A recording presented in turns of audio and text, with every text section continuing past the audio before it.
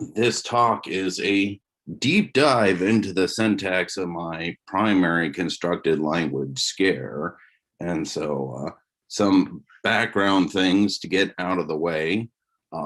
First, the language is strongly head initial, which for clauses means that there's verb initial word order. And in fact, the default order is verb subject object oblique, though the order after the verb is flexible, but you won't see any examples today outside the default word order.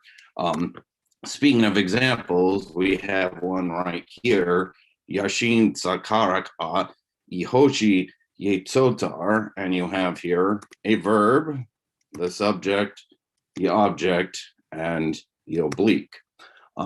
Another useful thing to keep in mind is the syntactic role of at least full noun phrases is signaled by a word initial to the expression of the participant. So words like sa, yay are all doing this. I will refer to these class of words as prenominals, and they'll show up again a little bit later in the talk. We're also going to be talking a little bit about content questions, and you might wonder, well, what are content questions? And in English, these are questions with the 5 W's as well as how and which. And thinking more broadly, they're questions about a subpart of the sentence. They're also known as supplemental questions or WH questions. And they, in fact, whatever you call them, they have lots of interesting syntactic properties in a bunch of languages, including, in fact, English, and also, most importantly for us, Skerre.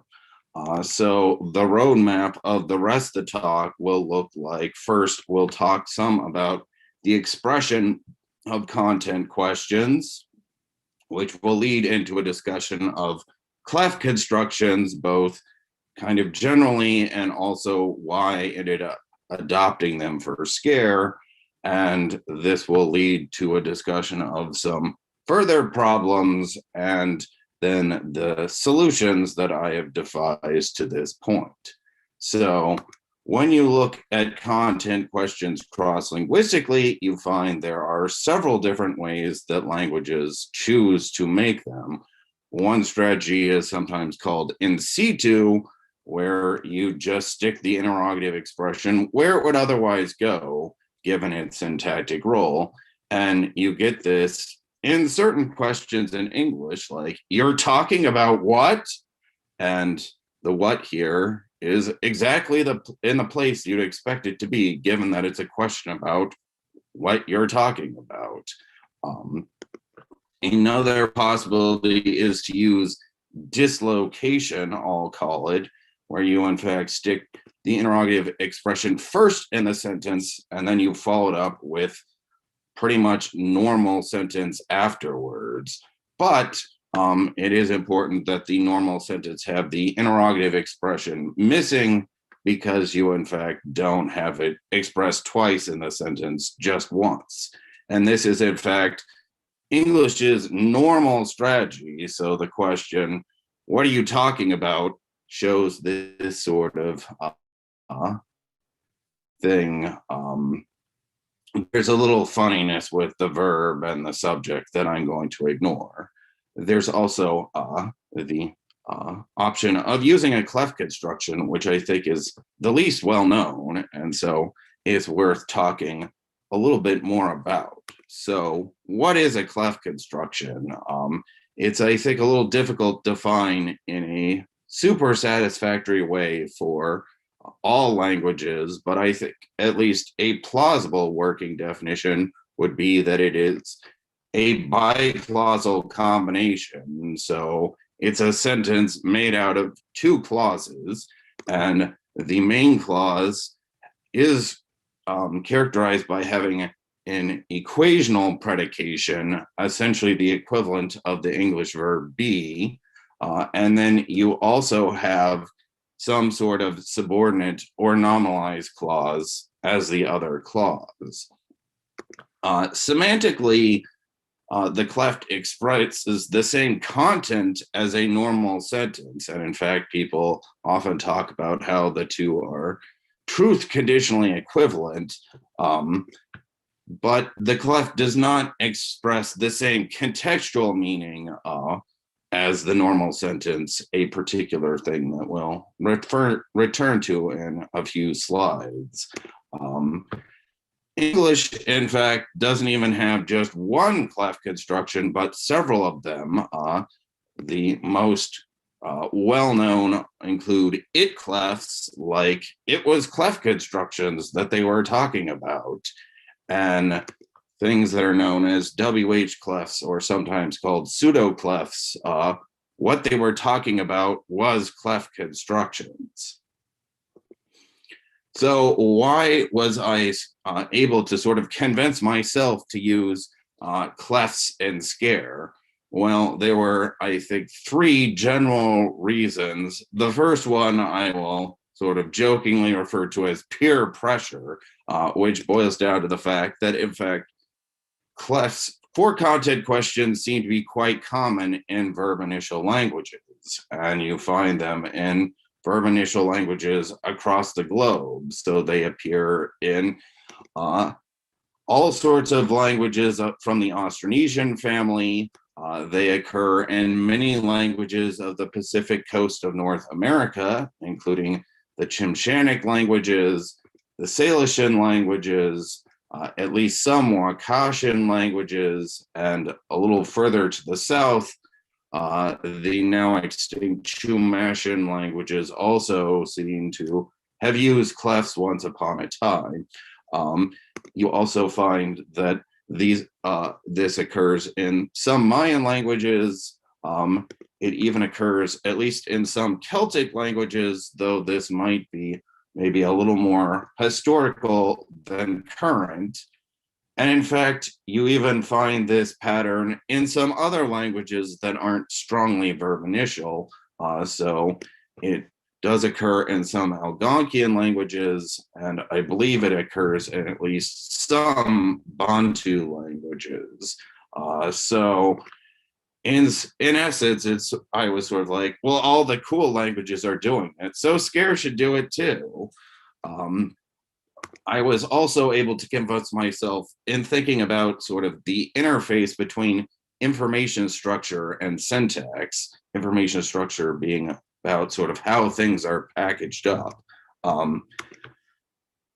As people have noted, languages often use cleft constructions for what at least one author called contrastive emphasis. And if we break this down, the contrastive part, I think, is supposed to refer to the fact that this kind of construction takes a set of items under consideration and definitively picks one out.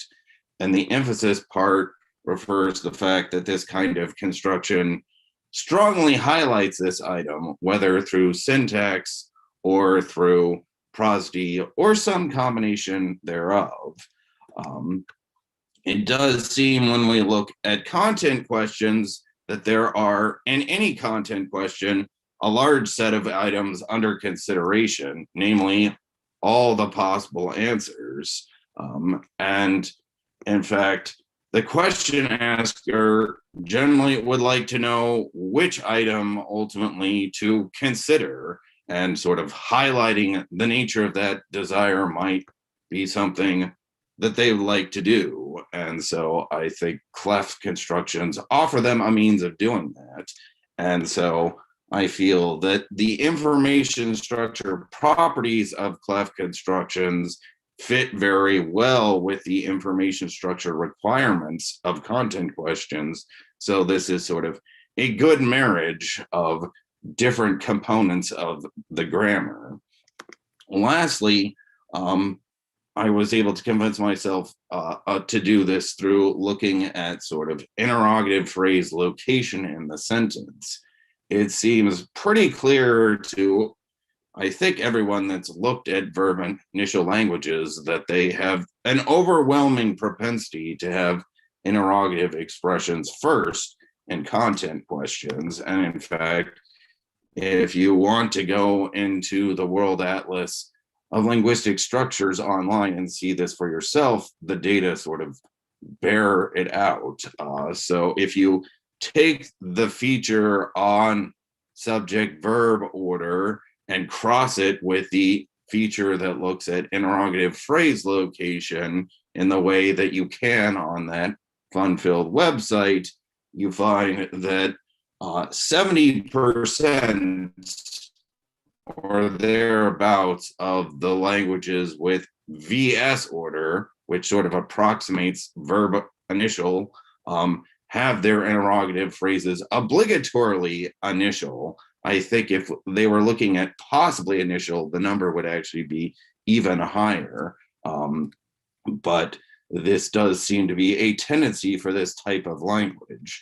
And since my aim for Skerre has been to have a fairly run-of-the-mill verb initial language, I felt like, well, I need to have interrogative first content questions. And nicely, clefts for content questions yield this order due to sort of some independent factors. So in content question clefts, in language after language, the interrogative expression is most common as a predicate nominal. And just for sort of the sake of doing things, I raise that to an absolute requirement in Skerre. And independently, predicate nominals in Skerre are clause initial, and they appear without any sort of copular verb. So you have the example here, Chirehan at Zotar. Zotar is a hunter, and you have the predicate nominal first, and then the subject that goes with that predication second. So if we wanted to sort of think about what order would we get in a clefted version of what did Karak give to Zotar, we would end up with something like what that gave by Karak to Zotar, and the what there is actually to be sort of understood as is what, but there isn't actually an is word there, so the what is actually the first constituent in the sentence. So got the interrogative initial content questions. So all of this works well to a point, but unfortunately I discovered that my problems didn't really end by just deciding to have cleft constructions for content questions, because there's all sorts of other things you have to work out. One of the top questions on my mind was, given that there are multiple types of cleft construction in English, let alone other languages, what style of cleft to use? And ideally, to answer this question, I or someone that I could read would know how many languages use something like an it cleft, and how many languages use something like a WH cleft. And the sort of sad answer that you discover from looking at the linguistics literature is that this isn't known yet. No one's sort of done the research. Part of the problem might be that, in fact, it's might be difficult in some languages to tell whether you have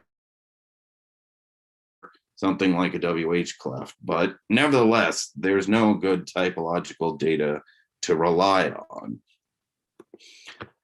Even though if I pick a style like the WH cleft style, there's still further things to resolve. So if we look at an English WH cleft, like our earlier example, what they were talking about was cleft constructions. You see that there's actually some subparts to this. The one crucial component is what's known as a free relative clause. And in our example, that's what they were talking about. And then the other crucial part is the predicate nominal, which in this example is cleft constructions. So we see that there is often sort of some internal structure to this kind of cleft, But even the makeup of free relative clauses cross-linguistically is not well understood. Certainly in English, you find that English uses WH words to start them, like what they were talking about. And of course, a possibility would be for me to just import in the English pattern, but this didn't seem very appealing to me for Skerre because you end up having to express a question sort of in a redundant manner. What they were talking about was what? There's probably some language out there that is fine with expressing things this way, but I felt this is a little too much of the Department of Redundancies department. So it's like, nope, not going to do that for Skerre. We might ask, what do other languages do? And French at least gives a different kind of option. So French uses a demonstrative determiner plus a relativizer to start its free relative clauses, as you could see in this example, which translates roughly as what they were saying. You see the demonstrative determiner "se" is present, and then it's immediately followed by the relativizer "que." And it, in fact, is the case that the translation, that which they were saying, pretty closely approximates the French. Going to a completely different part of the world, we do see a different style. So in the Indonesian language, Makassar, one uses a generic noun and an otherwise normal relative clause for a free relative clause in that language. And so we have this example, which you can translate as that which I ate or what I ate, but more literally, it's just the thing that I ate. But even with these other options, I'm at least still wondering, what are the other possibilities? Are there still other ways that languages approach this sort of thing? And how common are the various types? And at this juncture, it seems pretty clearly that the typological research involved with this remains to be done. So, oh yes, there are also a couple of Skerre specific things that I also had to sort of wrestle with. One of them deals with the prenominals. So you recall in our example of a predicate nominal construction that you have this prenominal that appears. And so there is a question, should prenominals like appear in Skerre clefs or not? As it also turns out, in Skerre relative clauses, there can be a relativizer on, as in the following noun phrase, Chikwe on Yetina Ihoshi, the deer that found the food. So there's also a question, should I include this relativizer in the Skerre clefs or not? So there's lots of things to think about, and there's this question, what to do? And one thing could be to sort of sulk around and be sort of annoyed that you've found a fairly difficult question or problem to figure out, which I probably did some of the time, but I also tried to do some other things. So I did try and continue to look for examples from some of my favorite natural languages with the hope that they could inform a little bit what I might do in this situation.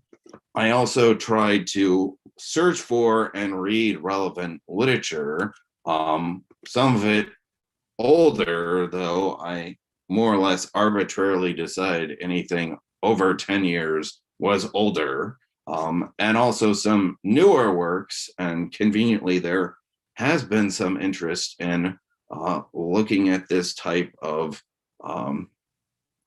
construction and situation by some people in fairly recent work. And I also tried to sketch some ideas out. So supposing I do this, what is this going to look like? And I tried to maybe give it a little bit of a test drive. So what I at least have adopted for Skerre for the time being is that the relevant kinds of clefs that are used in content questions are made up of a predicate nominal and a free relative clause in that order.